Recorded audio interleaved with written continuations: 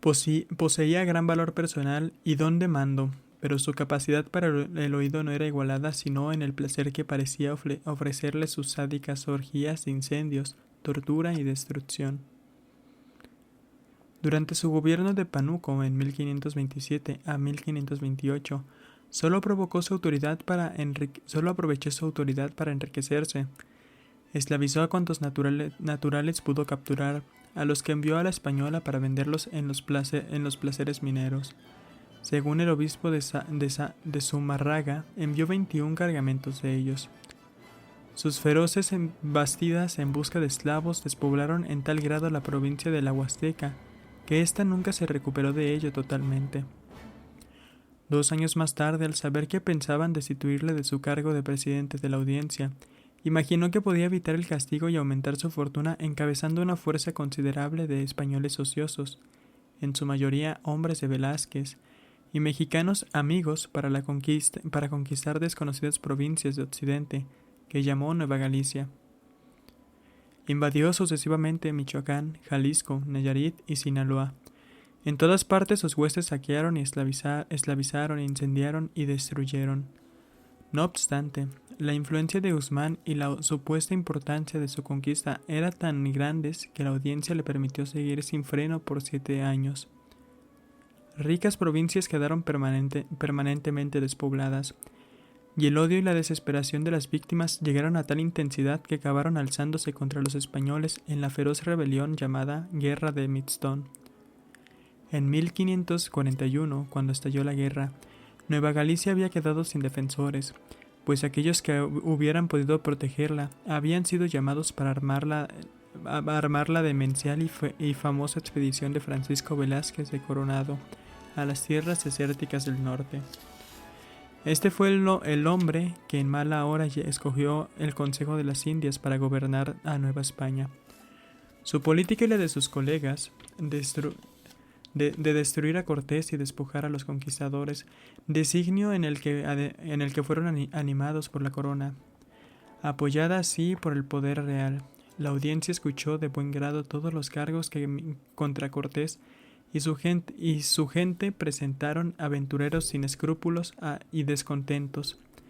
Estos cargos fueron el pretexto de Nuño de Guzmán para despojar a los conquistadores de sus bienes, empleos, encomiendas de indios y distribuirla entre sus amigos. El gobierno de la primera audiencia fue sencillamente un régimen de terror que recurrió libremente a la confiscación, la prisión y la horca. Para impedir que sus actos se supieran en España, la Audiencia impuso la más rígida censura en Veracruz, recurso que más adelante también utilizarían otros gobiernos. Las consecuencias de este cínico desprecio por la ley fueron la amargura, la disensión, la esclavitud de los indios y el despojo de los nativos y españoles indistintamente. Parece inverosímil que los conquistadores no acudieran a las armas que también sabían manejar, pero era una minoría. Su antiguo jefe permanecía en España, y a Nuño de Guzmán lo apoyaba la misteriosa máquina de la ley.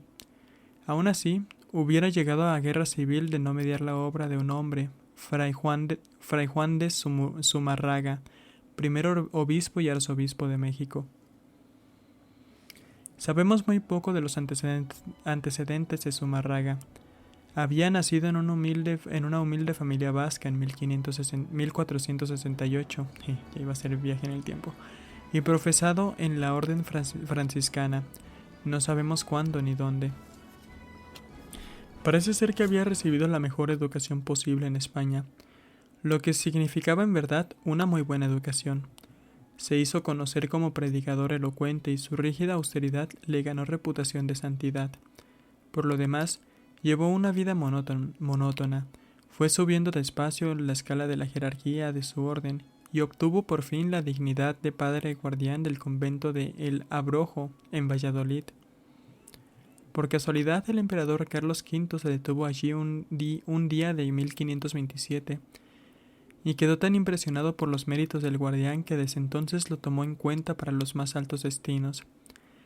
Y ya era tiempo de organizar la iglesia de la Nueva España, y en diciembre de 1527, el emperador designó a Zumárraga para encabezar la diócesis de México.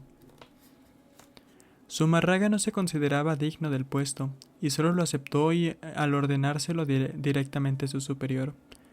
Pero tan pronto como hubo hecho, aplicó su admirable energía al nuevo trabajo. No esperó su consagración como obispo y embarcó inmediatamente en compañía de sus futuros enemigos, los oidores de la primera audiencia de México. Uno de los títulos que recibió con el cargo fue de protector de los indios, inventado para responder al clamor de los dominicos contra el bárbaro trato que recibían los indios en las Antillas. El nuevo título no encajaba en ningún sistema de jerarquías oficiales conocido. Nadie sabía que pudiera ser un protector, ni cuáles eran sus deberes. En una palabra, el título era una anomalía y una confusión, pero en 1528 fue mucha suerte para la Nueva España que existiese tal oficio. Como ya se ha dicho, las maquinaciones de Nuño de Guzmán y de la audiencia fueron dirigidas contra los viejos compañeros de Cortés y contra sus bienes. Pero puesto que la mayor parte de los bienes procedía de los tributos de los indios que tenían en encomienda, el despojo tenía un efecto inmediato y desastroso en la vida de los naturales. Los indios eran vistos por la gente de Guzmán como una fuente de riquezas, y por lo tanto sufrían de todo género de abusos y extorsiones. No es que los compañeros de Cortés fuesen inocentes en esta materia, pero su ansia no era tanta. Bajo Guzmán, la Nueva España se vio amenazada de sufrir el mismo horrendo destino que la aniquilación casi totalmente de la población de las Antillas en una sola generación. Evidentemente, el título de protector de los indios obligaba a Zumárraga a decir algo respecto a tan grave función. Ni él ni persona alguna sabían qué, pero sí que algo debía hacerse. Zumárraga empezó por dirigir suaves amonestaciones a la audiencia y a suplicar que se le reconociera como tal protector de indios que él era. Huelga decir que sus actos se opusieron todas las argucias y tecnicismos legales, del que también provista estaba la mente leguleyesca de los oidores, quienes subrayaban, sobre todo, el que no fuese Zumárraga obispo cabal, ya que no había recibido necesaria consagración episcopal. Adujera a él los documentos probatorios, decían los oidores, y con el mayor placer acatarían su autoridad. Mientras tanto, mejor le fuera dedicarse a sus deberes religiosos y no entrometerse en asuntos del Estado. Sin embargo, los indios seguían quejándose de los abusos y los franciscanos, posiblemente alentados por Zumárraga, los incitaban. Lo cierto es que al poco tiempo el obispo había instituido un tribunal independiente para oír las quejas sobre los abusos, graves algunos, leves otros, los cuales se multiplicaban sin límite, pues los indios pronto mostraron un talento considerable para litigar. La audiencia amonestó repetidas veces al obispo para que se ocupase de sus propios deberes y retirara a sus frailes, pero Zumárraga replicó que cumpliría su deber aún a costa de su vida. El conflicto se agravó. La audiencia prohibía por igual a indios y españoles acercarse al obispo por cualquier asunto relativo al trato de los indios. El obispo contestó con un sermón en que expuso toda la situación y además amenazó con someter la cuestión al emperador. Guzmán, a su vez, amenazó con expulsar al obispo del púlpito si repetía la función. Además anticipó una práctica moderna, haciendo circular un libelo difamatorio en que se acusaba al obispo y a la orden franciscana en general de una conducta tan deplorable que Zumárraga no tuvo el valor de citar su texto y se limitó a decir que estaba lleno de abominaciones. El incidente que colmó el conflicto empezó por una queja de los indios de Huejotzingo, quienes acusaron a la gente de Guzmán de exigirles un tributo tan exorbitante que para cubrirlo se verían obligados a vender a sus mujeres e hijos como esclavos. Con esto, La ira del obispo llegó a la incandescencia y resolvió enfrentarse a Guzmán. Es lamentable que en los polvorientos documentos del caso den pocos detalles de la épica escena entre el iracundo prelado y el violento y arrogante Guzmán. En presencia de los dos nerviosos oidores, después de explicarles el caso de Huejotzingo, Zumárraga exigió perentoriamente que la lista de tributos quedase sujeta a su aprobación para proteger a los indios contra los extorsionadores. Guzmán replicó que nadie había de entrometerse en los asuntos del plan impositivo establecido por la audiencia y que los indios tenían que obedecer la ley al precio que fuere. No hay constancia de la respuesta del obispo, pero debió ser la adecuada, por cuando la escena concluyó con la amenaza de Guzmán de ahorcar al obispo. Guzmán se había equivocado gravemente al juzgar el carácter de Zumárraga, si pensó que podía imponer silencio al viejo franciscano. El obispo convocó a sus frailes, todos los cuales eran adictos a Cortés, y les sugirió un plan de campaña. Decidieron hacer del libelo de Guzmán una cuestión pública, y el mejor predicador, cierto fray Antonio Ortiz, fue elegido para exponer todo el asunto en un sermón. El sermón y su contenido fueron muy anunciados, y la iglesia estaba atestada aquel domingo de Pentecostés de 1529. Allí estaba Nuño de Guzmán y el oidor Delgadillo, con varios secuaces suyos. Fray Antonio había acabado la parte ordinaria de su sermón, pero apenas comenzaba a tocar el asunto del libelo, cuando Guzmán le ordenó a gritos que parase. Fray Antonio pidió permiso para seguir a una seña de Delgadillo, un alguacil y varios corchetes rodearon el púlpito y vocearon insultos, agarraron al fraile por la sotana y sin más ceremonia lo echaron abajo. El escándalo, como sin duda Zumárraga había previsto, fue sensacional. Se declaró una guerra sin cuartel entre el obispo y la audiencia, y los días subsecuentes se vieron plegados de acusaciones, excomuniones y represalias. Pero Guzmán había sido acorralado y su situación se había hecho insostenible.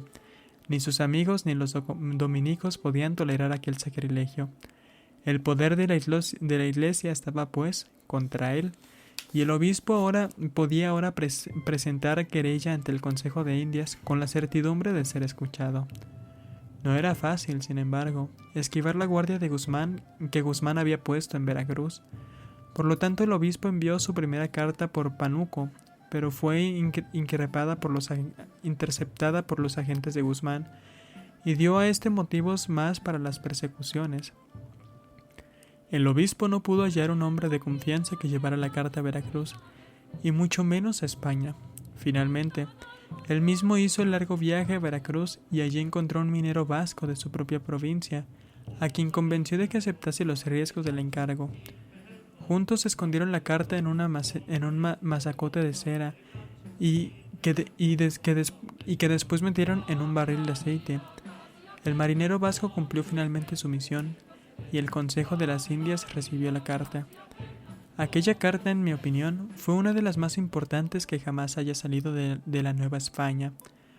Era una exposición completa del mal gobierno de Nuño de Guzmán y la primera audiencia. La carta era tan detallada y tan firme la reputación de integridad del que gozaba el obispo con los amigos de Guzmán en la corte, que en la corte se anonadaron y el descrédito cayó sobre él. Aunque tardíamente se hizo evidente el desastroso efecto de haber entregado el gobierno de la Nueva España a hombres corrompidos e irresponsables. Por tanto, el Consejo de Indias decidió elevar la Nueva España a la categoría de virreinato, regido por un representante de la persona misma del rey.